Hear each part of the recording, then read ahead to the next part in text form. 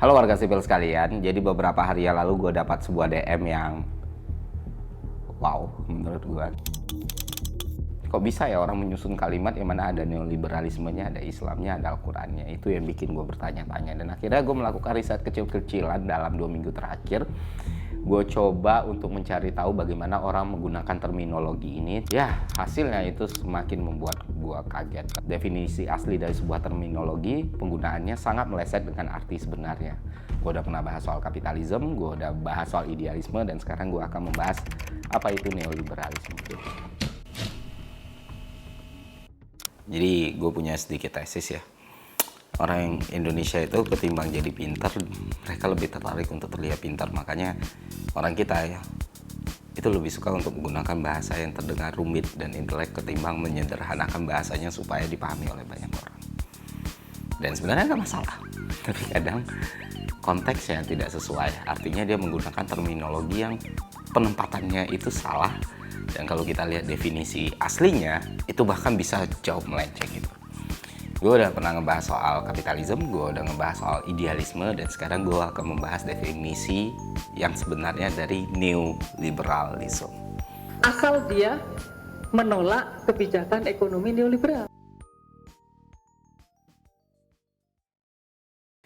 Jadi gini, simpelnya neoliberalisme itu adalah sebuah paham ekonomi atau sebuah mazhab ekonomi yang melakukan detailing terhadap mazhab ekonomi klasik yang bicara soal commercial society, free market, dan lain sebagainya. Jadi intinya dalam paham ekonomi itu menghendaki intervensi sekecil-kecilnya dari pemerintah dalam mekanisme pasar.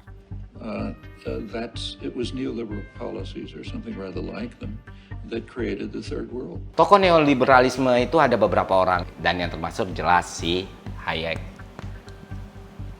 melalui bukunya Serfdom ya. Nah, inilah salah satu pionir neoliberalisme, ya kan. Nah, selain Hayek ada juga Milton Friedman dan lain sebagainya. Nah, menurut Hayek,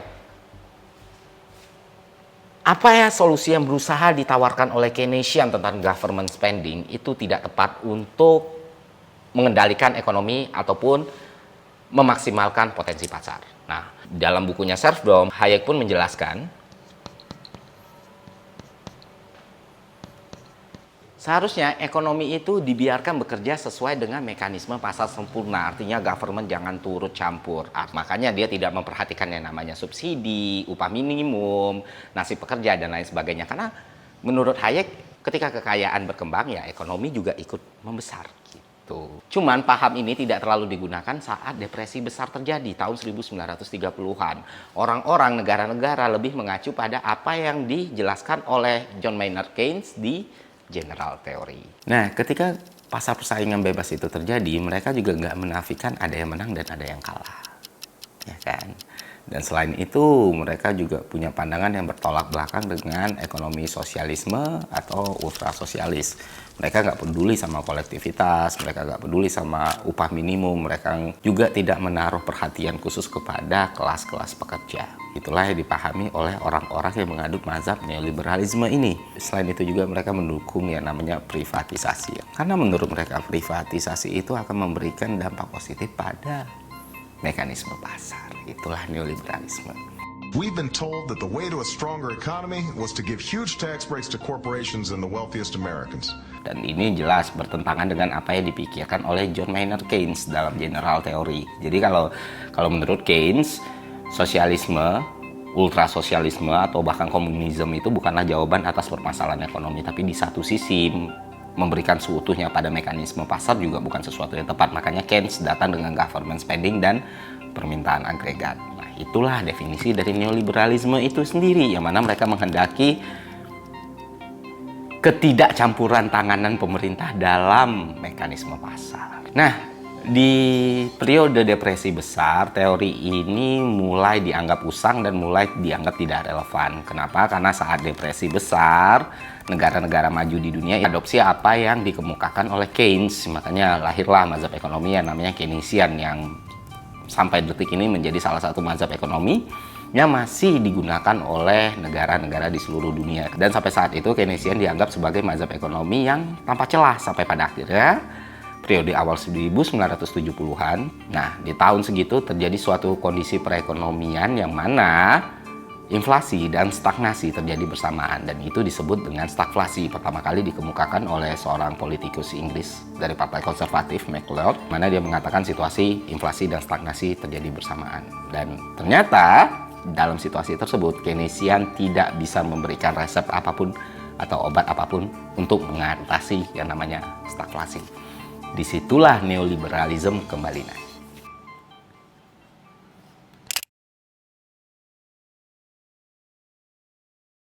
People who want to work but can't find jobs are part of today's other bad economic news. The unemployment rate soared to 8.2% nationwide last month, and it rose to an even higher figure here in California. Ya, mungkin teman-teman tahu pengertian inflasi itu apa, dan di sini gue akan menjelaskan dan menerangkan bagaimana ketika inflasi itu terjadi. Inflasi itu sebenarnya bukan untuk dihilangkan tapi dikendalikan, karena inflasi yang rendah itu akan bermanfaat bagi pertumbuhan ekonomi. Gini, ketika inflasi terjadi, harga barang-barang memang naik, tapi di satu sisi itu meningkatkan volume transaksi ekonomi yang terjadi di suatu negara. Dan ketika volume transaksi meningkat, maka angka pengangguran akan menurun. Ya kan? Jadi pertumbuhan ekonomi bisa diangkat. Cuma masalahnya adalah ketika inflasi terjadi, tapi pertumbuhan ekonominya tidak ada, stagnan atau bahkan turun, tidak ada growth di situ, lalu diikuti dengan angka pengangguran yang terus maksud gue ketika inflasi biasanya kan angka pengangguran itu menurun. Tapi ternyata ada masanya angka pengangguran itu naik. Malah naik walaupun inflasi terjadi. Ketika inflasi terjadi, angka pengangguran naik dan pertumbuhan ekonomi stagnan bahkan turun, maka kondisi itu disebut dengan stagflasi.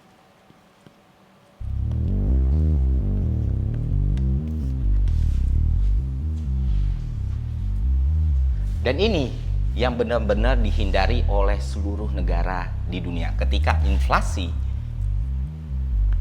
dan stagnasi terjadi bersamaan. Dan itu pernah terjadi di Inggris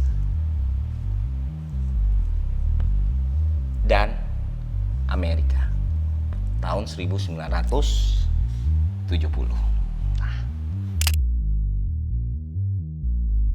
Nah, saat kejadian itu terjadi, Presiden Amerika saat itu, Ronald Reagan, itu mengambil suatu keputusan yang sangat-sangat kontroversial. Dia akhirnya meninggalkan yang namanya Keynesian dan berpaling pada neoliberalismenya Hayek. Dan kebijakan Ronald Reagan waktu itu dikenal dengan nama Reaganomics. Yang waktu itu dianggap telah menyesarakan para masyarakat kelas menengah ke bawah di Amerika Serikat. Kenapa hal tersebut terjadi? Karena Amerika mengeluarkan spending yang sangat banyak untuk perang Vietnam, dan jelas itu tidak efektif dalam perekonomian dan tidak menghasilkan sumbangsi yang besar dalam perekonomian masyarakat US waktu itu. Kedua, embargo dari OPEC, karena OPEC sendiri itu ternyata mengembargo negara-negara yang mendukung Israel waktu itu, termasuk Amerika Serikat sendiri, sedangkan produksi minyak mereka belum bisa memenuhi kebutuhannya. Makanya harga minyak naik sampai 300% setelah embargo dari OPEC. Terus terjadi revolusi Iran juga tahun 1970-an. Itu sangat memukul Amerika Serikat. Dan yang ketiga adalah masalah Bretton Woods. Jadi kan kalian tahulah sedikit soal Bretton Woods ya. Jadi dulu underlying dolar itu kan emas. Jadi setiap ada capital outflow, maka akan semakin banyak emas yang diklaim oleh the Fed. Nah, sampai ke titik yang mana emas yang dimiliki itu udah nggak cukup lagi. Makanya dari sejak itulah mulai runtuh yang namanya Bretton Woods ini. Presiden Richard Nixon itu akhirnya mencabut pertukaran bebas dolar dan emas. Dengan diputusnya pilar utama Bretton Woods ini, runtuhlah sistem tersebut. Dengan tidak adanya lagi batasan legal dalam jumlah uang yang dicetak, nilai dolar pun turun dengan cepat. Sejak 1971, daya beli dolar terus tergerus sampai dengan 85%. Inflasi kumulatif Amerika Serikat sejak 1971 itu mencapai 545,88%. Wow. Situasi ini direspon dengan menggunakan mazhab Keynesian. Artinya mazhab ini kan berporos pada permintaan agregat. Government spending pun dilakukan. Setelah bertahun-tahun dilakukan, angka inflasi semakin tidak terkendali. Pelonggaran suku bunga pun dilakukan. Uang yang dibuat itu jadi lebih banyak. Ternyata itu tidak berhasil menurunkan angka pengangguran di Amerika Serikat dan bahkan meningkatkan angka kesengsaraan. Akhirnya Presiden Amerika Serikat saat itu, Ronald Reagan, dengan Reaganomics-nya, itu memilih sebuah langkah ekstrim, yang mana dia mengadopsi pemikiran Hayek yang sudah mulai ditinggalkan orang saat itu tentang mekanisme pasar. This is not the time for political fun and games. Artinya alih-alih government harus turun lebih dalam, justru yang dilakukan adalah mengurangi peran pemerintah dalam sistem perekonomian. Itulah yang dilakukan Ronald Reagan dan Margaret Thatcher di Inggris waktu itu, dan sempat ditentang memang. Dengan kata lain, bahasa sederhananya, untuk meredakan stagflasi, Amerika Serikat sengaja membuat resesi. Jadi suku bunga yang awalnya dilonggarkan itu ditingkatkan secara ekstrim gitu. Setelah ditingkatkan secara ekstrim, pengusaha-pengusaha pemilik perusahaan itu dibantu. Pajak mereka dipotong, dengan harapan ketika pajak mereka dipotong, mereka punya margin keuntungan yang lebih besar, kekayaan yang lebih besar. Nah, ketika mereka lebih kaya lagi mereka bisa membuka lebih banyak lapangan pekerjaan buat orang-orang. Nah, inilah yang namanya trickle down kan. Kita bertanya, berarti kalau itu berhasil, apa yang dipikirkan sama Hayek ini benar dong Bang? Neoliberalism itu benar dong Bang, dan harusnya semua negara menerapkan itu. Berarti Keynesian harusnya ditinggalkan oleh semua orang. Nah, di sini gue mau jelasin. Dan teori ekonomi itu kayak penyakit dan obat. Nggak setiap kondisi obatnya sama. Nggak setiap obat kondisinya sama. Paham nggak? Analoginya gini. Kalau misalnya lu sakit kepala, makanya lu akan cari paracetamol, ya kan? Dan itu emang efektif untuk meredakan sakit kepala lu. Tapi nggak akan efektif meredakan gatal-gatal lu. Kedua, nggak setiap sakit kepala itu obatnya paracetamol. Kadang ada kondisi di mana kepala lu sakit, lu minum paracetamol dan lu tetap nggak sembuh. Nah, begitu juga kita melihat ekonomi. Ekonomi itu nggak bisa kita lihat dari satu layer. Dia spektrumnya sangat luas. Dia perlu diagnosa dan dia perlu identifikasi masalah sampai ditemukan solusi yang tepat.